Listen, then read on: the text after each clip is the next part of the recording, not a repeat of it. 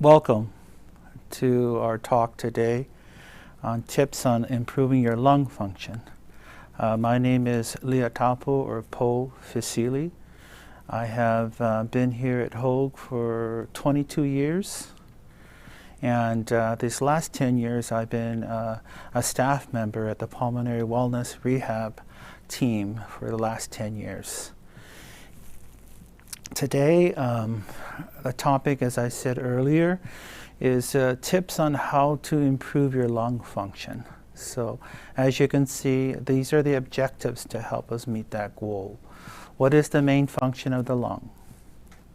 Breathing exercises. Out with the old air, in with the new fresh air. What is diaphragmatic breathing? What is Purslip breathing? Coordinating breathing with daily activities. Practice proper breathing. Now, before I continue on, if you do have a question, please just write it down on the chat, key it on the chat, and then I will answer your question. So I'll be doing all that answering at the end of the presentation. Thank you. So what is the main function of the lungs? Well, the main function of the lungs is inhaling oxygen, good air, through the nose or mouth into the body, and exhaling or breathing out of the body carbon dioxide, the bad air, from the nose or mouth. So that's the two main functions of our lungs, is to provide oxygen to our cells, to every organ in our body so they can do their job. But the cells and organs have a waste product, a waste gas called carbon dioxide. And from the lungs, we exhale out the carbon dioxide. The lungs are the center of the respiratory breathing system. Every cell of the body needs oxygen to stay alive and healthy. Your body needs to get rid of carbon dioxide. This gas is a waste product that is made by cells during normal, everyday function. Okay.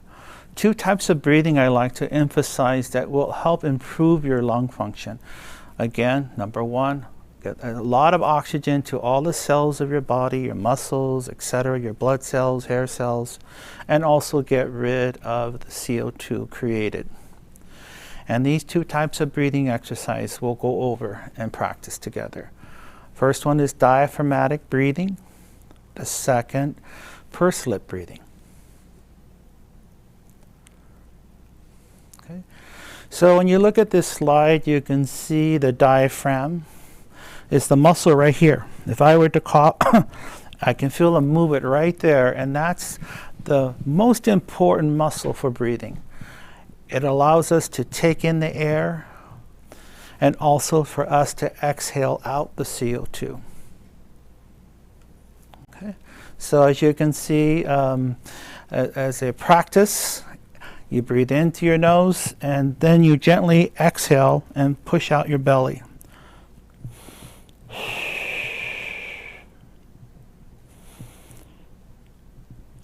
And then exhale. Okay, inhale, the belly goes out, and then you exhale. Okay. Okay. So the diaphragm is the most efficient muscle for breathing. It minimizes accessory muscles fatigue with exertional activities. It helps you relax, lowering the harmful effects of stress hormones, cortisol, on your body. It lowers your heart rate. It helps lower your blood pressure. The diaphragmatic or belly breathing benefits. So let's try it together if you are at home watching. All right, so I want you, when you breathe into your nose, put your hand on your diaphragm, cough, and then when you inhale, the hand should go away from your body. So you can watch me, and then you can try 2 times afterward. I'm going to inhale through my nose and watch my hand. That is utilizing my diaphragm to its maximum capacity. Now follow me. Inhale through your nose. Your hands right on your diaphragm muscle. Inhale. and blow out from the mouth. Let's do it again one more time. Practice that belly breathing. Inhale. And then exhale. Okay. Now, there are some devices that really targets our diaphragm. And if you have this, as you see in this picture, it's called an incentive spirometer. If you ever had surgery, you woke up and there's somebody with this device asking you to breathe in, and hopefully you cough. However, it really targets this muscle, the respiratory muscle called the diaphragm. And so if you have one of these devices, I like to call this the barbells of the lungs. It'll really help to maximize your capacity and taking in the volume, maximum volume of air in your lungs. Okay.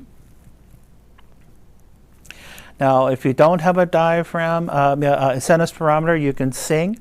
Singing is also a very good exercise you can do to exercise your diaphragm. Okay. All right, the second breathing exercise is called Purslip Breathing. Okay.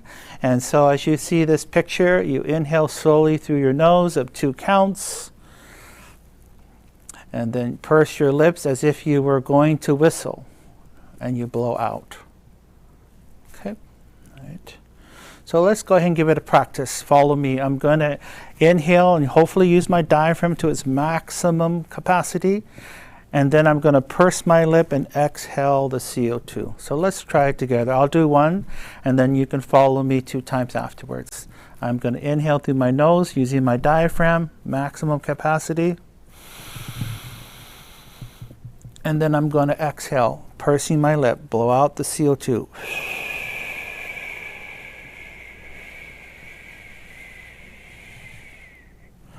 Inhale through the nose. And exhale through the mouth, pursing. Now, the pursing of our lips during that action, we're opening up our airways, all the millions of airways, large and small, by a back pressure of pursing one's lip. And also the air sacs are open to get rid of more CO2. Now, those of us who have COPD, we have a propensity to trap carbon dioxide. And so we want to empty as much as we can of those air sacs so that you have more room for air, more room for oxygen, more room for fuel. So let's try one more time. Inhale, maximum capacity from your diaphragm muscle through the nose. And then exhale, pursing your lip.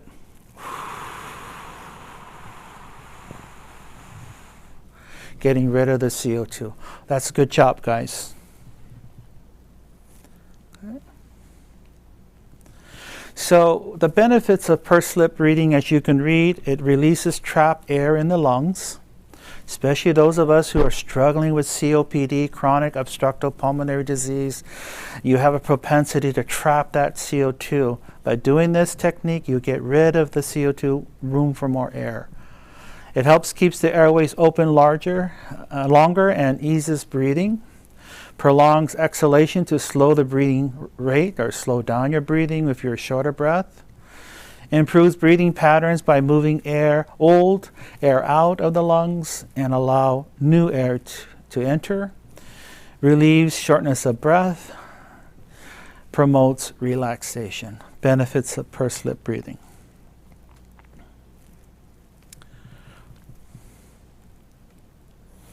Okay, so let's try to pull in the breathing techniques we talked about, and let's talk about breathing with daily activities.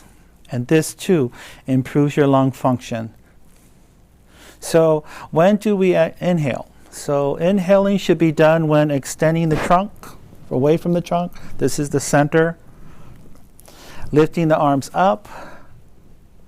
When you are doing a non-weight bearing activity that goes away from the body, that's when we try to inhale. Here's some examples. Reaching into a high cupboard, inhale. reaching above the head to get clothes from the closet. Inhale. Removing or putting on a shirt where arms are over the head. Examples of when to inhale. When to exhale. Exhalation should be done when flexing the trunk. Bringing arms back to the body. We exhale. It should be done with any type of heavy exertion. Exhale. Okay.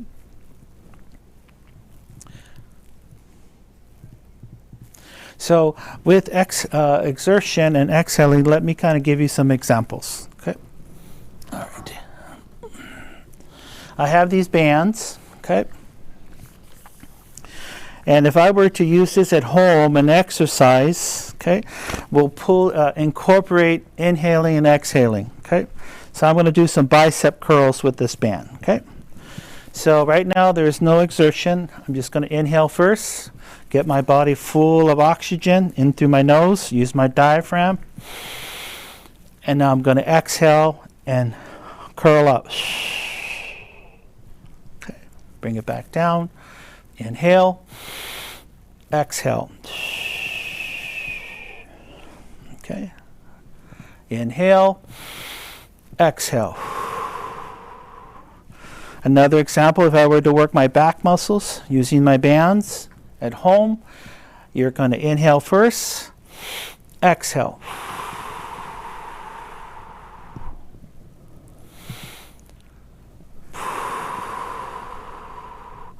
You exhale on exertion. Exhale on activity. Okay, very good. Alrighty. Let me do the next slide.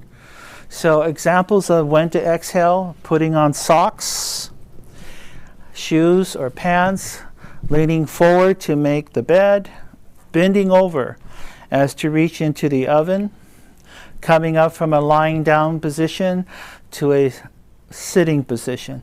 So for example, if I were to tie my shoe, can you, okay, alrighty. So whenever you bend over, you always want to deflate the diaphragm. You exhale.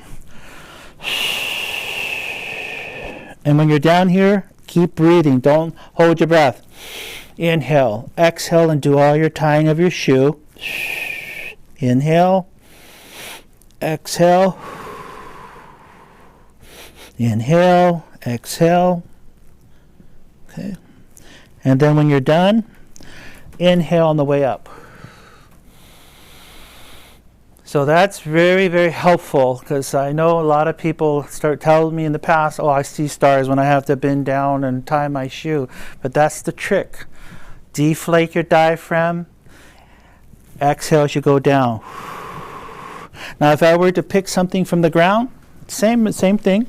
Okay, let's say $100 fell on the ground. Oh my God, that's $100. The wind might blow it away quickly. You know, if I were standing a little bit, I would exhale and reach for that $100 bill. Inhale on the way up. It's going to make a huge difference. I've had people in the past that apply this breathing and they stop gardening and they just apply this inhale, exhale, and they were back to gardening, working on their boat. It's simple, but very, very effective. Okay. Now, if you are walking, let's say you're having a walker, okay, and I would recommend to do this Purslip breathing when you're walking. Okay. Now, some of us, when you're walking, you just start breathing through your nose, exhale, and do your walk. Inhale, do the nose, exhale.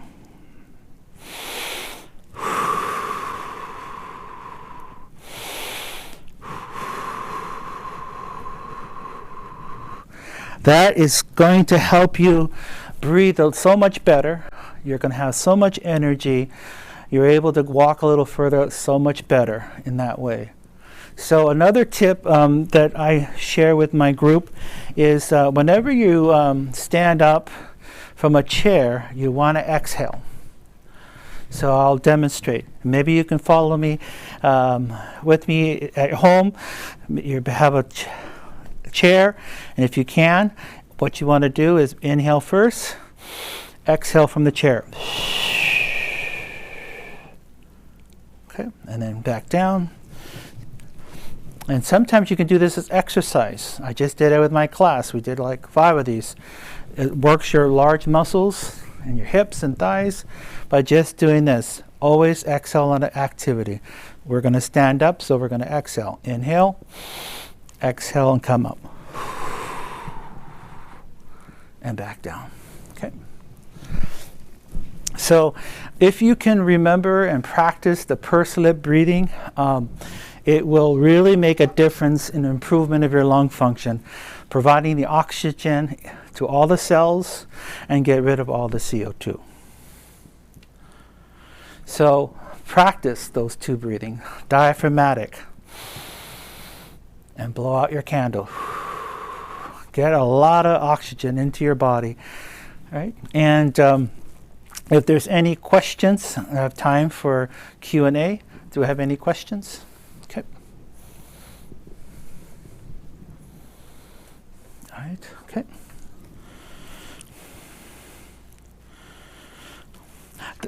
Okay, there's a question here. Is there specific exercise training for people with breathing problem? Yes. The 2 techniques we went over. Let's see here. Go back here.